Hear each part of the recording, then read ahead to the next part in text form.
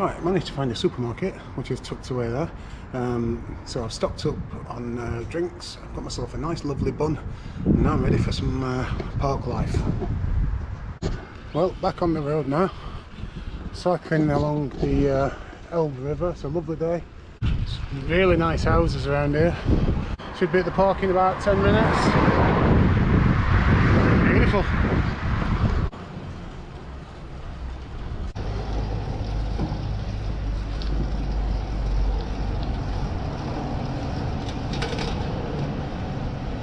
Right then, so this is Schloss and Park Pillnitz, and paid €3 to get in. You can pay €8 and that gets you inside all the palaces, but I haven't actually got much time. I spent more time on the bike than I expected to, but I'm guessing that means, does that mean we go this way, or is that toilets? We got lost already and I've only started. Bought myself a lovely bun and it's just got destroyed in my bag. It's a shame because it did look like a lovely bun, but let's see, it'll still taste alright hopefully. Right, I think that was time for the toilets. Okay, off to a cracking start. Well, let's just go and sit by the River Elbe and eat this squashed bun.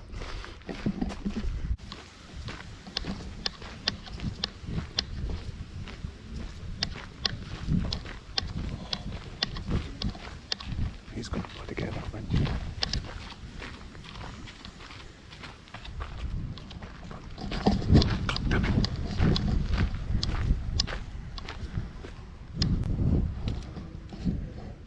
Beat me by seconds, the chuff. Yeah, he's going to sit down. Right, let's have to make do then.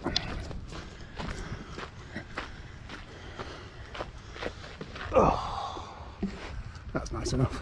Remember that lovely bun that I bought from Consumer supermarket? It looks really, really nice. I walked past and it just grabbed my eye. I thought, I'm going to treat myself to one of them. Put it in my bag and I thought, you know, there's a risk here, it might get squashed, but I was very careful with it, and yeah, that's what it looks like now. Hopefully it'll taste alright. Bloody delicious is what that is.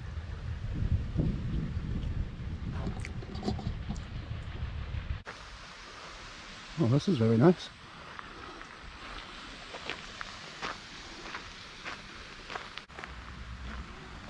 So the park is basically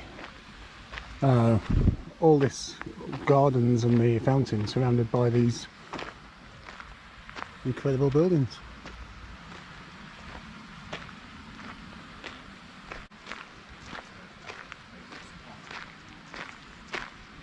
So I didn't fancy Meissen today because I didn't particularly want to cycle for 50 kilometres.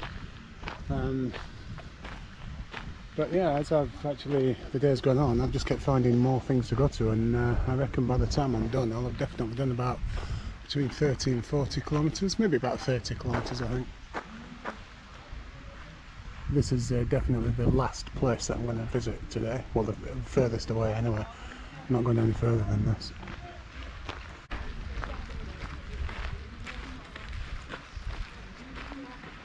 So yeah, basically just walk around the centre of the park for 10 minutes or so, and then go and check out the 250-year-old plant.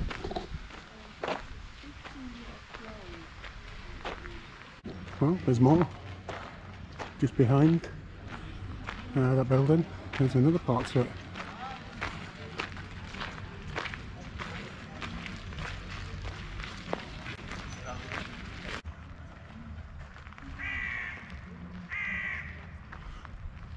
Not sure how old these buildings are. I think the one that looked a little bit oriental said it was built in the 60s, so I don't think they're that old. But there's always the possibility that I might be completely wrong. Don't know whether I had to show my ticket or not. I showed it anyway and she looked at me like as if I was like some kind of crazy idiot.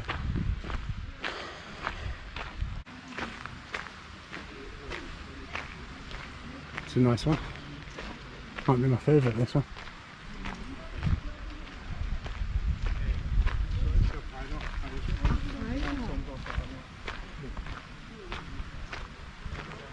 It's exactly the same as the other one, isn't it?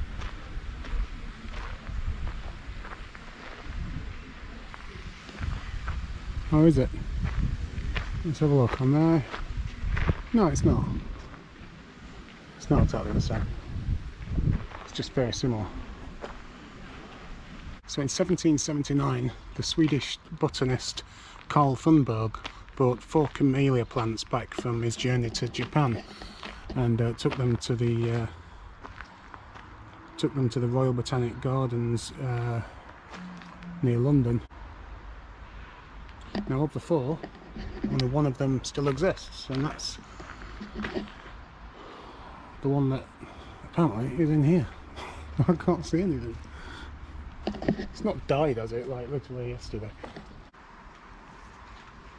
So from mid-February to April time, tens of thousands of bell-shaped flowers blossom, and you can actually buy offsets from the plant as souvenirs, ensuring that the plant survives. But it's not there. I can't see anything. This is where it's, you know, they built this to protect it from the cold. Where is it? Keep going now. Could climb through there.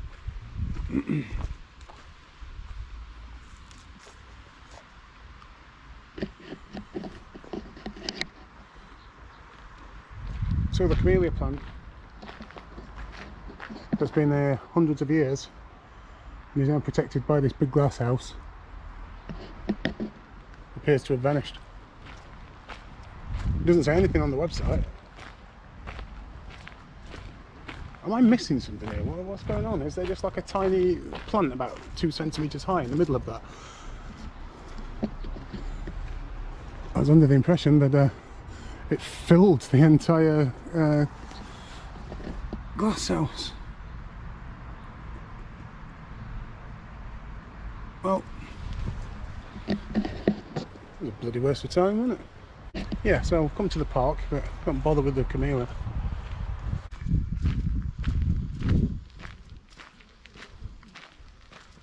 Well, that was the end of Pillnitz Park, which was very nice, despite the fact that the 250-year-old plant didn't seem to be there. So now I've got 12 kilometres to cycle back to my hostel via a supermarket to get some food, and yeah, I think that's me done for the day, and that's the last thing I'll do in old Germany. Move on to a different country tomorrow. I've got to say, the area surrounding the park is absolutely stunning. Some of the houses are just incredible. I could literally be stopping every 10 yards to, you know, take a photo of yet another incredible house. It's really beautiful around here. It's very peaceful. You've got the River Elbe just to the left there, and Google Maps has brought me a different way coming back, because I don't need to cut through the little kind of parts of Dresden that I went to earlier. So basically there's just a cycle lane. No cars on here, it's just cyclists pretty much all the way back into Dresden. Well, I thought Google was sending me the wrong way then, because it took me away from the road and basically across a dirt trail. But it's brought me out here, and this is the right way. You can't get any closer to the river than that. So I'll just keep on here basically, and eventually it'll bring me to a bridge, and I cross the bridge for some reason, because then I have to cross back again on another bridge, but that's what it's saying. So all there is for me to do now is to get some energy inside me and cycle back home.